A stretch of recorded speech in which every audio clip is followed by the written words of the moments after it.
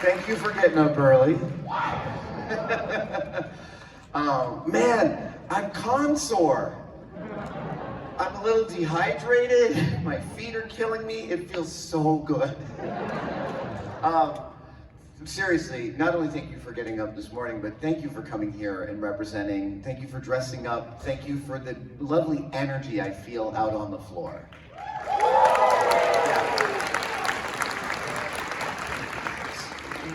You get into the storm of putting something like this on, and you think about the ways in which you want it to go, as we all have been for this.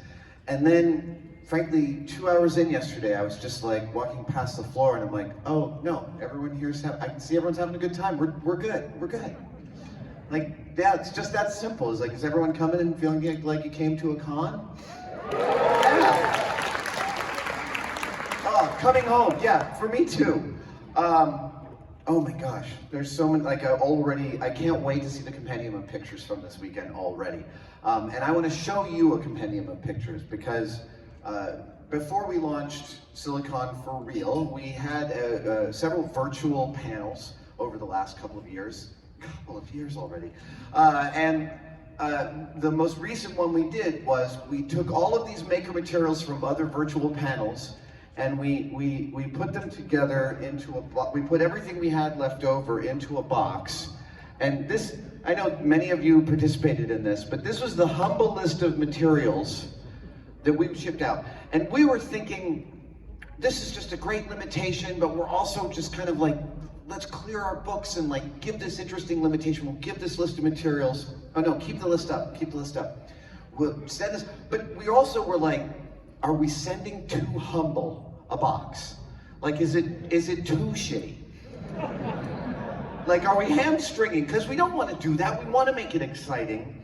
But 44 people signed up for this, and what they did with this ridiculous list, and nobody loves limitations more than I do, but what came out of a box full of this stuff for 44 different people made all of us at SiliCon actually almost weepy. And I got genuinely choked up. So I'm going to show you some of the things. And by the way, the first one I'm showing you, Allison here, she won Best in Show last night at the cosplay contest. And that Phoenix was made with that list of materials.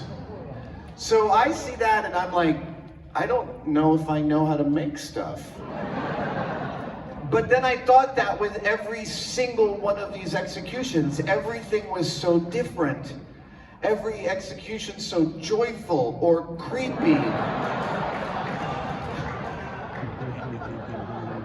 I would like to empty my bank account. This one was repainted. Oh my God, I mean, so many of them. Yeah, animatronic puppets that play violins. People started using the cardboard box and then carefully peeling the packing tape off the cardboard box and reusing pieces of that.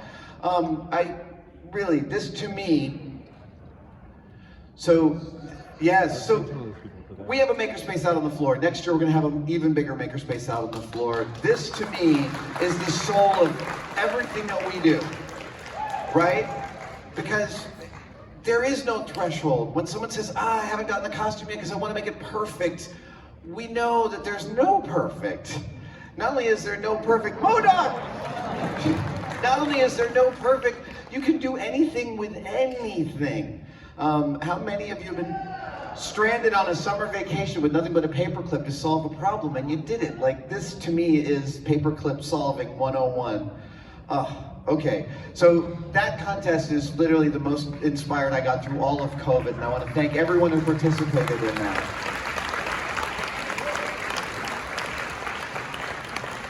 This is why I feel so much joy around making and around sharing our experiences of making, because there's so much magic in a simple, ridiculous box of some foam and some lights and some batteries. And now, I don't have a prepared talk. I would just love to talk to you guys. So we've got some microphones here at the base of both aisles, and I would love to take some questions and have a conversation with y'all. So go ahead and step up to the mics and Why, good morning. Hello, my name's John. I just wondering, in the past 18 months of being able to spend a lot more time in your workshop, is there a particular skill you have picked up in the past 18 months? Oh yeah. It felt, being able to go into my shop for what was effectively a solid year without seeing another person in there was like, oh, this is what retirement will be like. Which is nice, it's also limited. I missed people. I went into what a machinist would call chasing zeros. I got really into metrology and the measuring and refining and making things at higher and higher tolerances. And I found a lot of meditative succor in that space. I found tremendous amounts of frustration. But at the same time, like the Samaritan pistol that's out there on the floor in my museum, take a look at it. I was not a good enough machinist to build that when I started. And over 130 some odd hours of machining, I increased my skills. I'm not gonna say I'm a good machinist, I'm an adequate machinist, but that's a bump up from the beginning of COVID, and that feels really lovely. I upgraded my milling machine in my shop, and I had totally forgotten that my old milling machine has this wonderful little dial on the knee, this little hand ring that gives me finite control, and I forgot that that's not on every mill. So I just bought an aluminum casting, which when I get back home next week, I plan to make fit onto my mill in the same way the old one did. And I just, like, it'll be the first time I've lathed something in about a month, and I'm just really looking forward to it. Thank you. Thank you. Yes? Adam, how you doing, sir? I'm very good. I want you to know, I'm not really here to ask a question. I'm here to tell you how much I love your show, how intelligent it is, which is hard to find these days.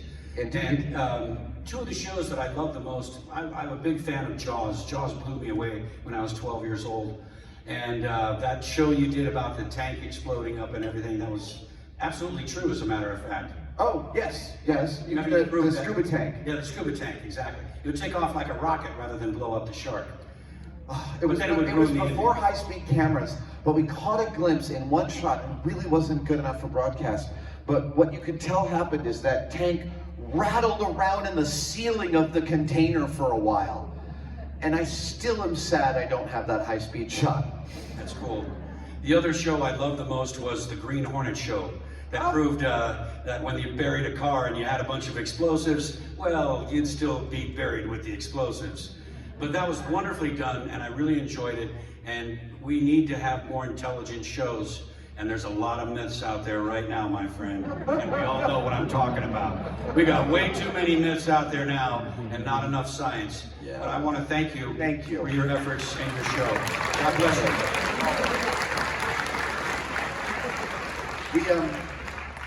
I will say, one of the lovely graces of making MythBusters was that we got to make a show based on what we were interested in, based on what was fascinating or surprising to us.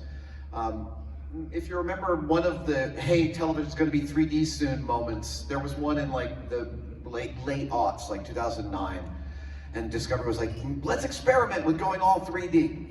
So they called up the best 3D people in the world, and that's Jim Cameron's people, and they brought in one of his lead 3D producers, and they shadowed us for a day. And Jim Cameron's producer is standing on the sidelines as Jamie and I think we were doing the Pirates of the Caribbean, can you walk underwater holding a rowboat full of air? No. When you fill a rowboat full of air, it's like 2,500 pounds buoyant. It's terrifying.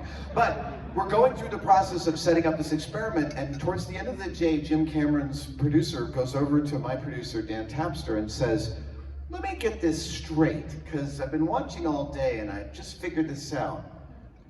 Does the experiment take precedence over the shooting? And Dan was like, yeah. And he was like, I never imagined such a thing was possible.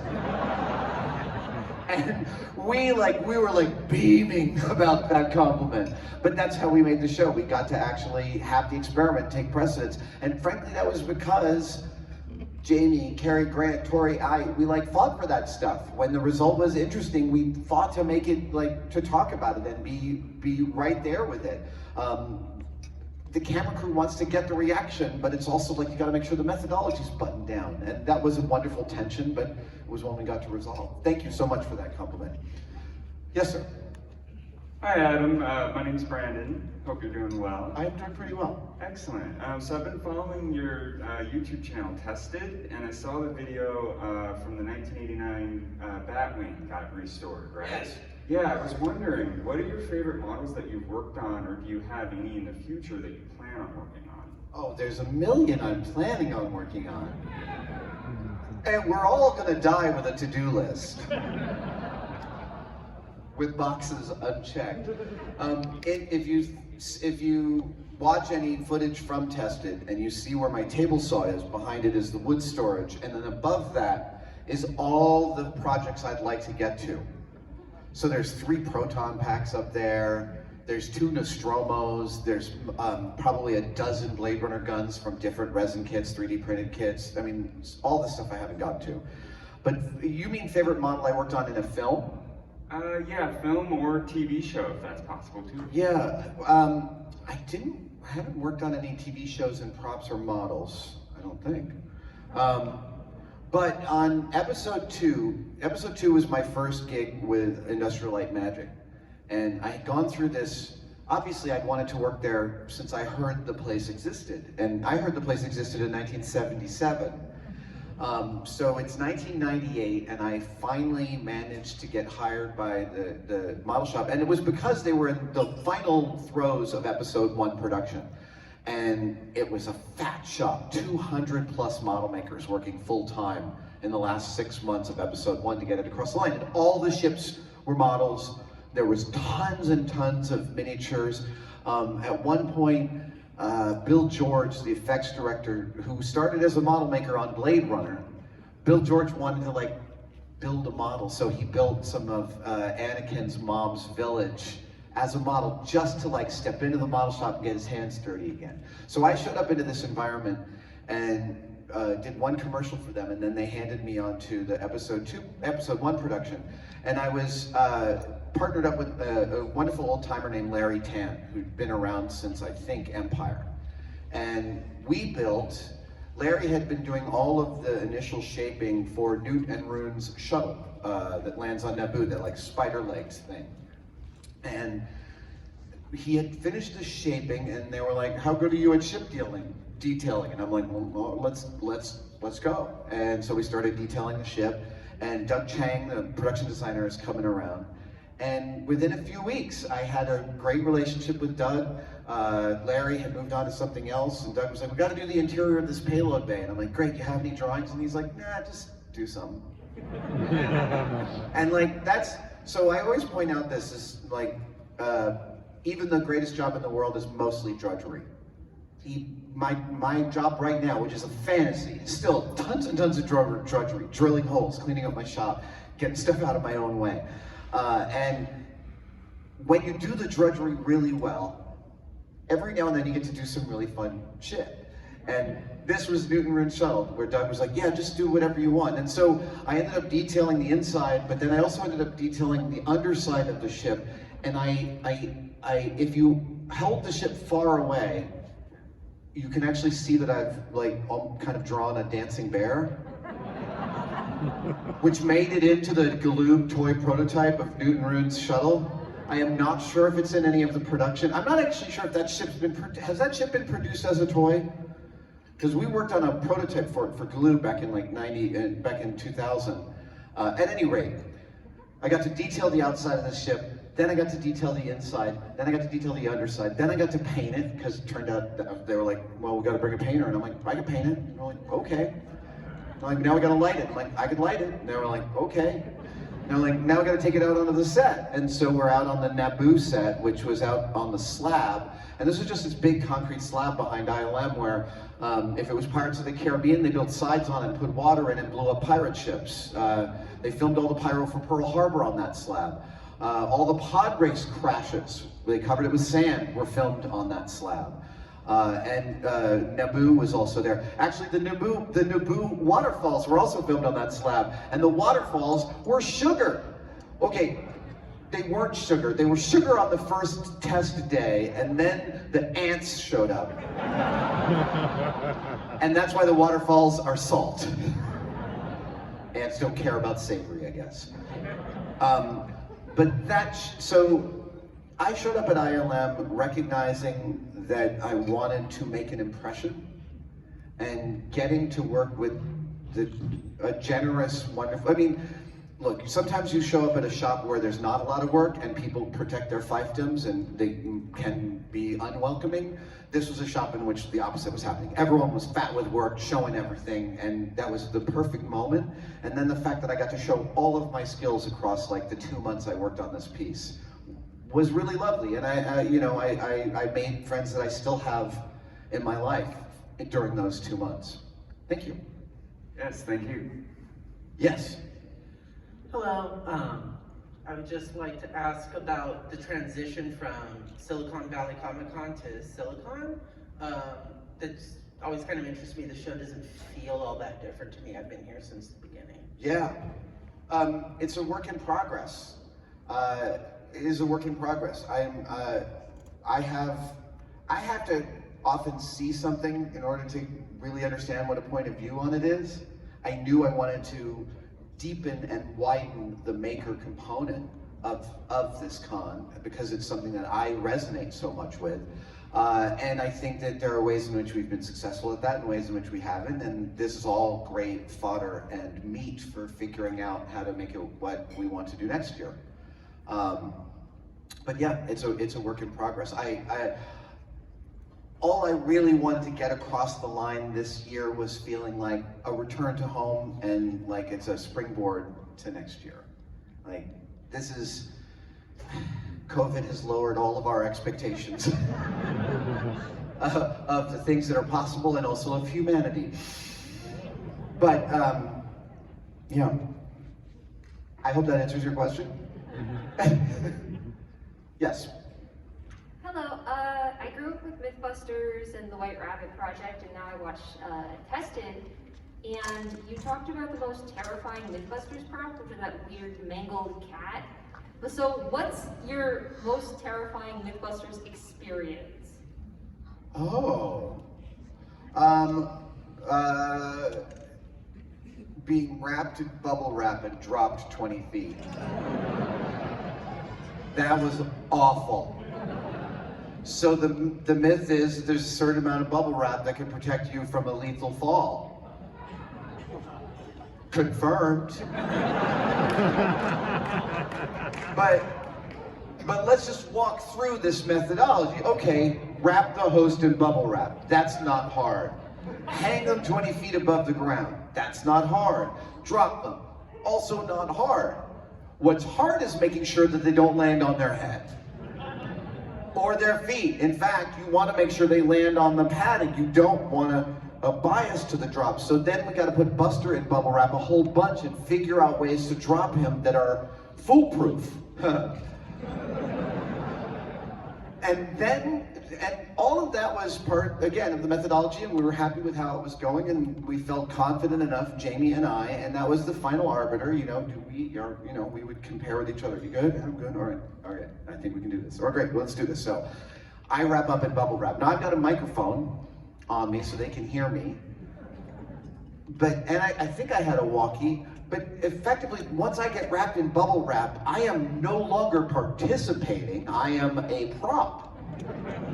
Which I don't like ceding that much control. And moreover, Jamie's in charge of dropping me. Now, I'm not making a joke about that. There is literally no one else in the world, except, maybe like 1 or 2 other people in the world that I would trust with this job. Like, I feel confident that Jamie wouldn't drop me unless he felt confident it was going to go exactly as we had planned. So that's great. And still, having someone else in charge of the thing that was going to drop me was awful. Like, when you are rigging stuff, live rigging when it's hanging, it is a scary business, and it's really easy to do it wrong, and it's really easy for things to get out of control in a hurry. And one of the things as a rigger I've learned is about maintaining control, clear lines of communication, all this, and I couldn't do any of that from inside this bubble wrap burrito. And yeah, the lack of control was absolutely terrifying. Thank you for letting me relive that. Yes, sir. Hi. So as somebody who's wanting to get into 3D printing, it's kind of daunting and I really don't know where to start. What would be the best suggestion as what to do, or better yet, what to avoid? You might have to give up avoiding things. Because I hear what you're saying. I feel like what is inside your question is, well, I'd like to invest in a 3D printer, but I'm not sure which one to get, and I'm not sure how to start. Is that fair? More or less, yeah. Yeah. And the answer is, there's so many 3D printers out now. That what I might do is find someone with your skill set and ask them what they did. Ask someone who's at your level, or maybe just a little bit ahead, and ask them what they did. But the fact is, go buy a really cheap 3D printer. They're so cheap right now. Print something with it. It's gonna be terrible and it's gonna disappoint you. And then keep doing it, because at a certain point you're gonna go, oh, holy crap. You're gonna go from like, this is terrible and I hate post-processing and sanding, oh my God, and primer and all of that crap. And it's all gonna be there. But at a certain point, you've got to go through the crappy first printer in order to know what your opinion about 3D printers is. So I would just say, you're gonna buy 2 3D printers in the next year. And the second one's gonna be really great. Very cool, thank you. You're welcome. Yes. Hi. I just wanted to know, do you have any words of wisdom or encouragement for potential makers that are just trying to get their start and make something that they're proud of? Yeah, the slideshow I did at the beginning of this. The fact is, corrugated cardboard is the greatest gateway drug to making there is. I have done everything I've done because I was looking for a certain kind of experience with an object. But I am an object maker. Coding is making, music is making, poetry, sewing, all of, each one of these is a discipline in which the artist has a goal. And that would be the one piece of advice I'd say, is think about something that, if you want to make something, think about something, not necessarily that you can make, but that you want. So it's not about like, what can my skill set do? It's like, what do you want? Because when you start moving towards the thing you want, I mean, I want to ask for a show of hands. How many people have built something, and the first time you built it, whether it was a gauntlet or an amulet or something like that, you were like, I have done it! And then like a year later, you made another one, and you're like, I can't believe I thought that first one was great. Look around. This is the reality. So you gotta just move towards the object you want, because it will pull you once you start to move. And it will pull you, and it'll show you all these great mysteries, and the first one will be like, yes, I have the diadem. And then you'll be like, I can't believe this piece of crap really thrilled me back then. And that will continue for the rest of your life. I am still rebuilding. Once I finished the Samaritan, I realized it's not done, because I want to make one out of steel. And I want to make some real bullets for it, and I want to fire it. Because of course I want to do that. I just have to find a sponsor, but I will. And I didn't know when I was making the aluminum Samaritan, because like, I've been to Guillermo's house, I've held the real one. Mine is an exact match, and I thought that would be good enough for me. And as soon as I finished it, I was like, nope, it's not good enough. I mean, it's not to say it's not good enough, but that I have one more experience I currently want with Hellboy's sidearm. And it would be to machine it out of steel with some gunsmiths. We'll see. I hope that was useful. You're welcome. Yes? If getting things done is a process of trial and error, what is one moment where everything went hilariously wrong that you still laugh at?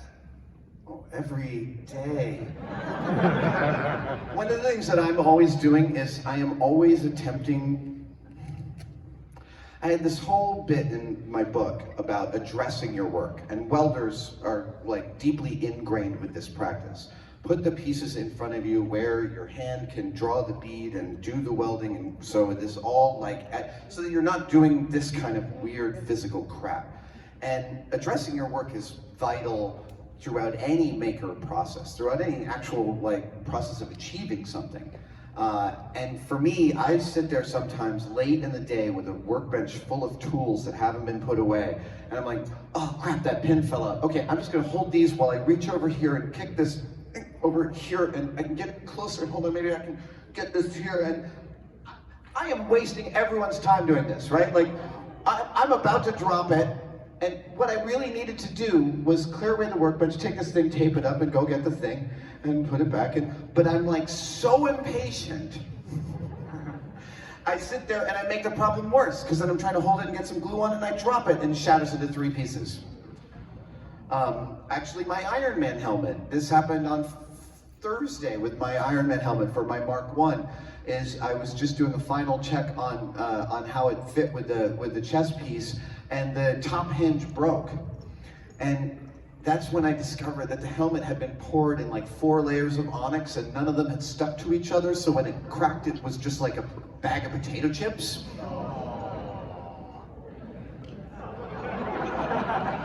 Music to my ears, fellow mud chewers. We have chewed on the same battles. Yeah, and you know, I have to constantly battle my impatience, because I am really fast, but I'm not that fast. But I like to think that I'm really fast, so I put these undue demands on myself to like, get it done, get it done, get it done. Yeah. So one of the things I've gotten over COVID is actually like, it's 5 o'clock, I'm just gonna go home. This isn't done, the workbench isn't clean, I'll just do it tomorrow morning. And my life has gotten a lot easier since I've been doing that. Thank you. Yes, sir. Hi, Adam. This is kind of random, but I turned 25 years old yesterday. Happy birthday. Thank you.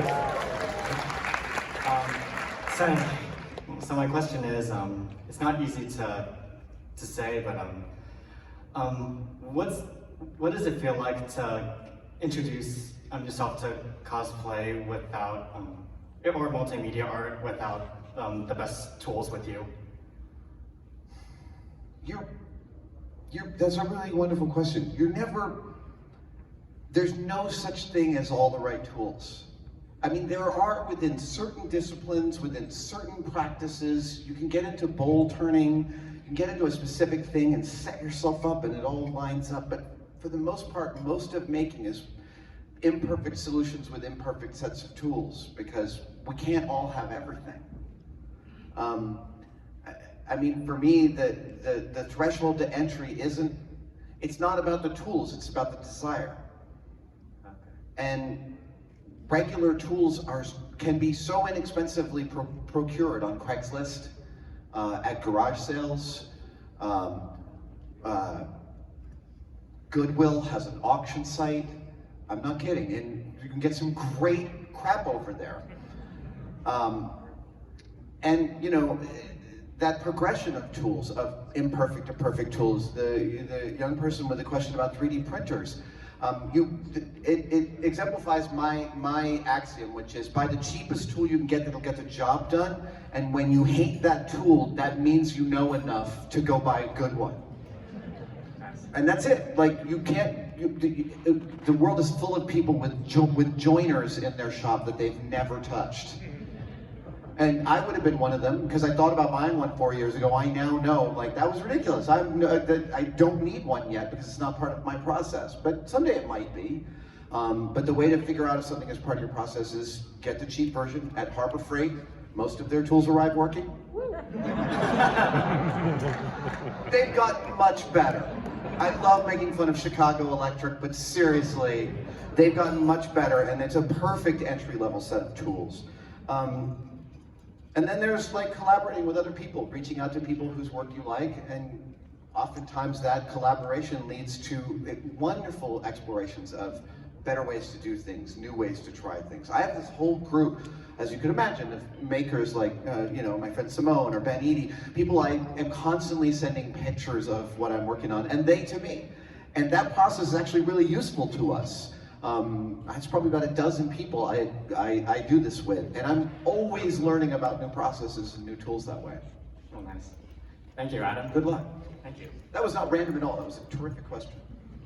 Hey Adam, one of the most surprising things I ever saw you make was the Duro Dango, the Japanese dirt ball polishing. Yes. Want to know if you were surprised by the results and any plans for a one-day build? I have, well, so so for those, the uninitiated, Duro Dango is a Japanese practice of basically taking mud and effort and over 2 days making a perfectly shiny, very satisfying object that is a perfect sphere, relatively. And Jamie, as soon as I saw a video about it, I thought about this phrase in the film industry, which is, in the film industry, you're almost always working on a movie that's not good. Just on the odds of movies, most of them are not good, so you're gonna work on most of those. And when you're working on a movie that's not good, but you're still pouring all your heart and soul into it, we call it polishing a turd. And as soon as I heard about the process of Duro Dango, of polishing mud into a shiny ball, I was like, oh, I wonder if we could do that with poop. So we went to the San Francisco Zoo. We collected a dozen kinds of poop. My favorite, warthog poop. Because warthogs are so stressed out, man.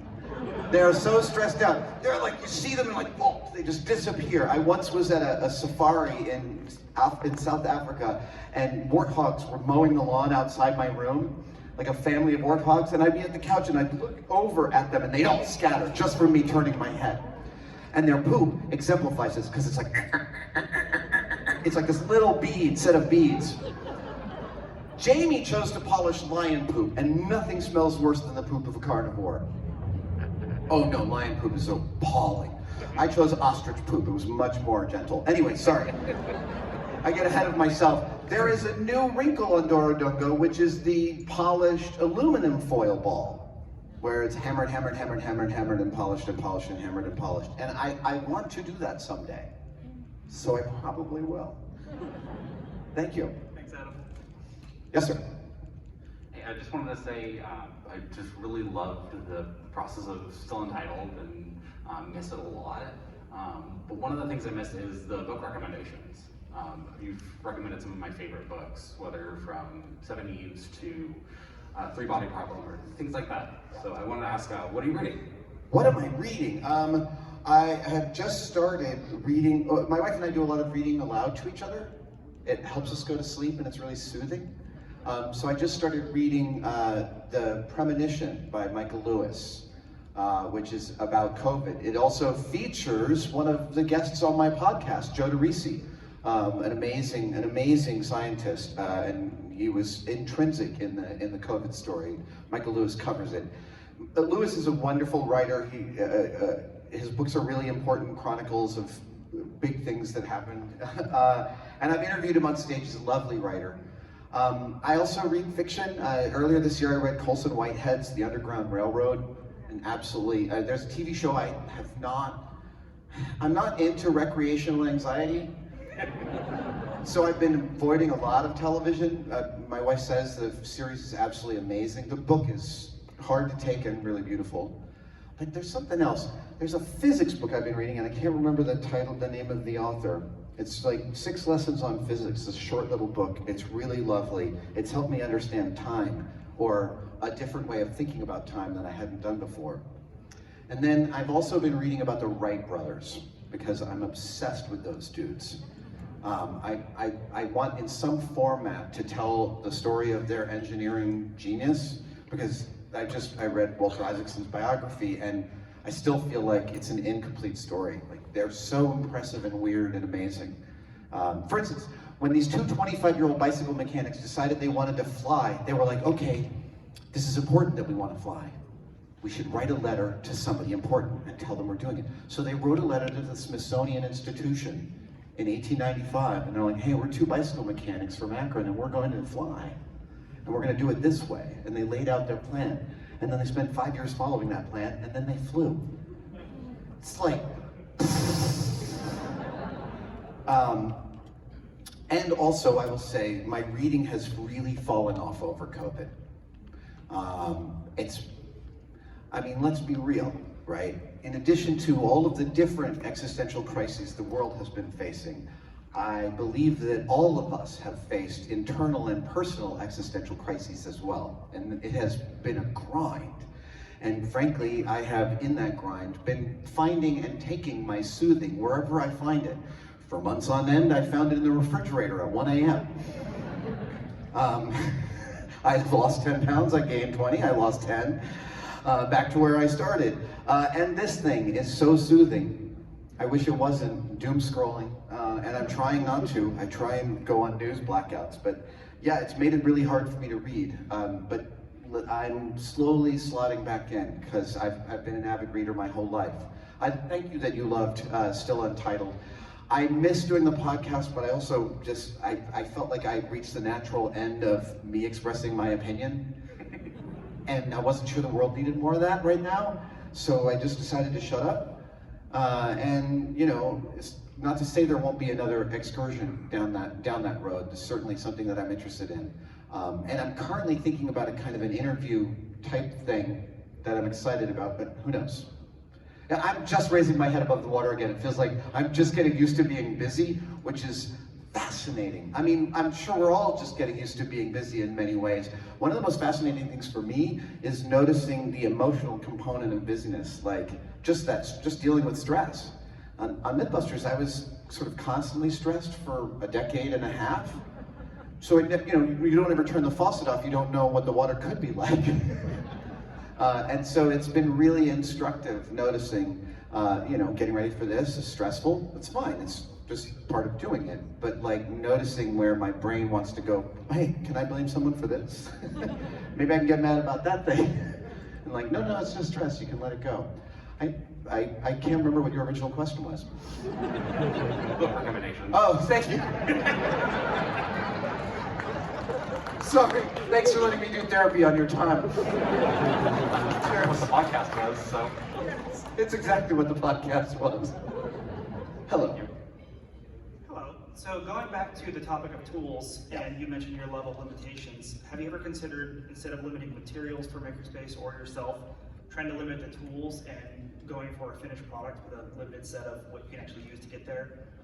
Absolutely, totally, and I love that kind of exercise. I love the refinements that it can bring. As far as a specific personal challenge, I mean, I really think that I have tried that, but I'm trying to think of a specific example. A limitation of tools to achieve a thing. Yeah, you know, so the thing that comes to mind about this is also the different philosophy of different tools. I toured Case Western's 7-story makerspace in Cleveland called ThinkBox, which is just an incredible thing. But when I visited, they were already there for 2 years and they didn't have a table saw. And I was like, how do you not have a table saw? And they're like, this is not a space to build stuff, it's a place to prototype stuff. And those are two different ideas. And I was like, oh, I had never thought about sequestering tools into buckets like that. I like that. Yeah, you know, there are certain times when I'll see if I can do something that I would do on the mill, but only with a table saw, which is scary, but fun. The table saw remains the scariest tool in my shop. Yeah, I hear it. Yeah. I just picture, every time I'm using a table saw, I'm picturing someone's about to walk through the door with a bucket full of greased marbles and a boat horn. So I secure my body to the earth, and that's what I'm picturing as I'm feeding the piece through. I don't know if I answered your question. Thanks. Hello, sir. All right. Good. My question to you, Adam, is do you prefer creating things or recreating things? Ooh, really nifty question.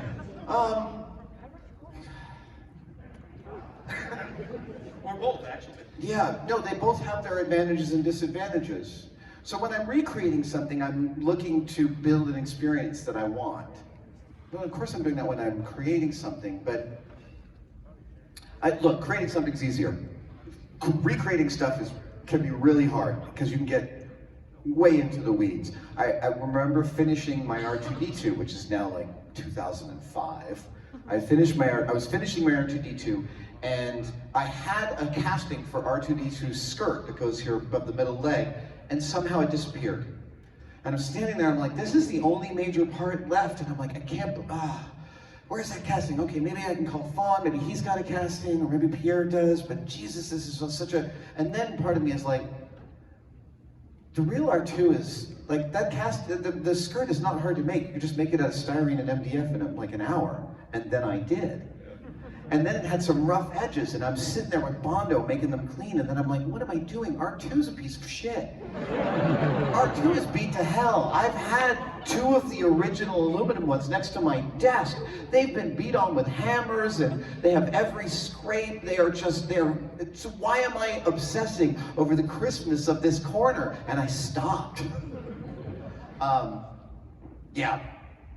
So recreating stuff can be, especially like museum quality. I had a job once making a museum quality model of like the first potato chip delivery truck for this potato chip company. You laugh, but it was like $1,200 to make this model. That was back in 2001. That was good money, and I barely broke even on that one. Dry transfers, back when we were ordering color correct dry transfers, the dry transfers were in a humid room for too long, and I had to kind of use 4 to get one good logo on the side of the thing. That kind of precision, now I find it really meditative, but only because I know to like approach it really carefully like a dangerous beast. Creating stuff is much easier, and yet it's also it's a totally different creative set, because like you're trying to, when I'm building, I just finished this big build. You'll get to see it in October. It's gonna be like 5 or 6 hours of really great content. And one of the cool things is I was building this thing, and I built things like this before. I know I'm gonna be ambiguous about this. I built things like this before, but everything I'd done before was recreating a thing. This one is like, the thing I was making, there isn't a final version of it yet, so I was making my own. And then I realized as I'm making it, I'm like, there's gonna be decisions I have to make that are just based on how it's going, not on anything I can think in advance. And that was really fun, because what I came out with, it's still like, it's 3/4 of the way done. What I came out with is like very different than I expected, but really thrilling. So I love that creative process of the story of the object revealing itself to you while you're doing it. When you're recreating stuff, that often only happens in the final weathering. That's where the piece like comes alive, and you get to see how you can pop out its details.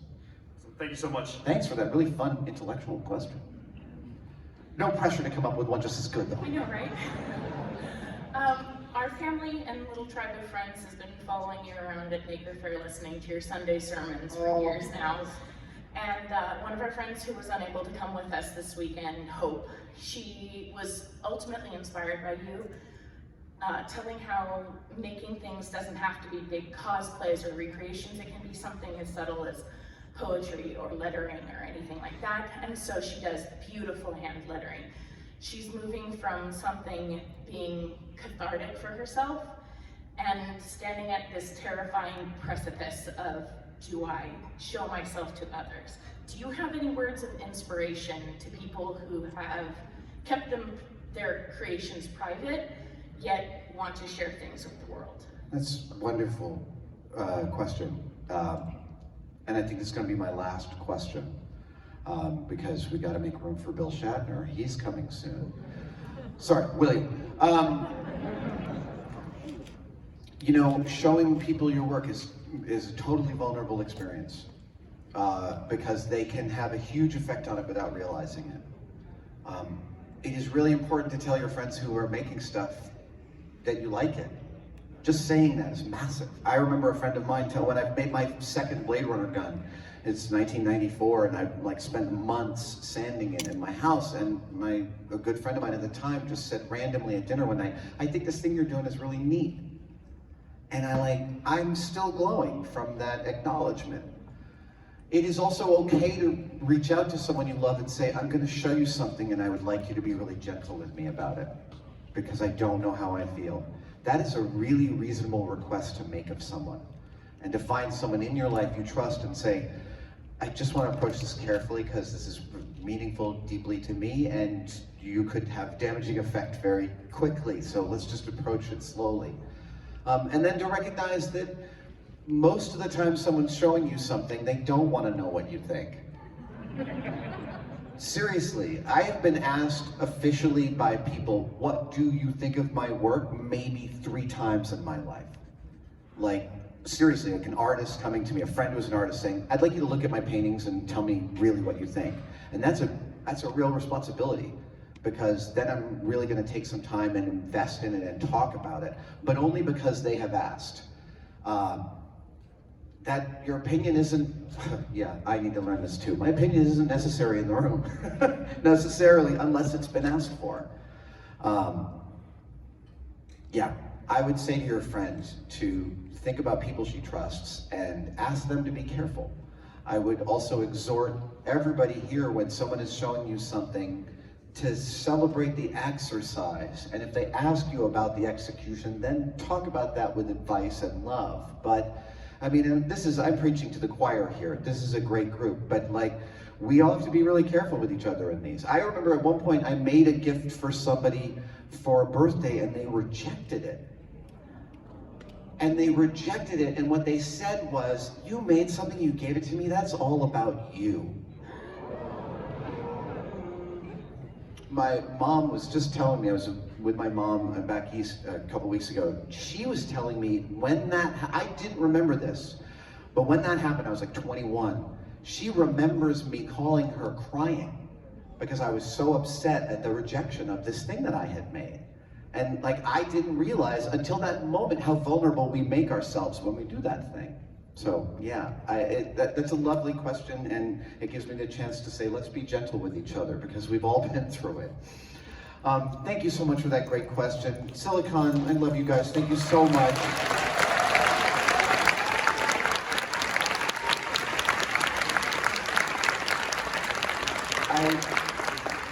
And I know that I'm preaching to the choir, but I just want to say this. Like, I don't care what your political or personal or scientific beliefs are. I assume as a baseline that all of us really want a world that we can live in, that supports and keeps our friends, family, loved one, and children happy and healthy, and allows them to self-actualize, and allows our planet to move forward and still support us. That we all want that.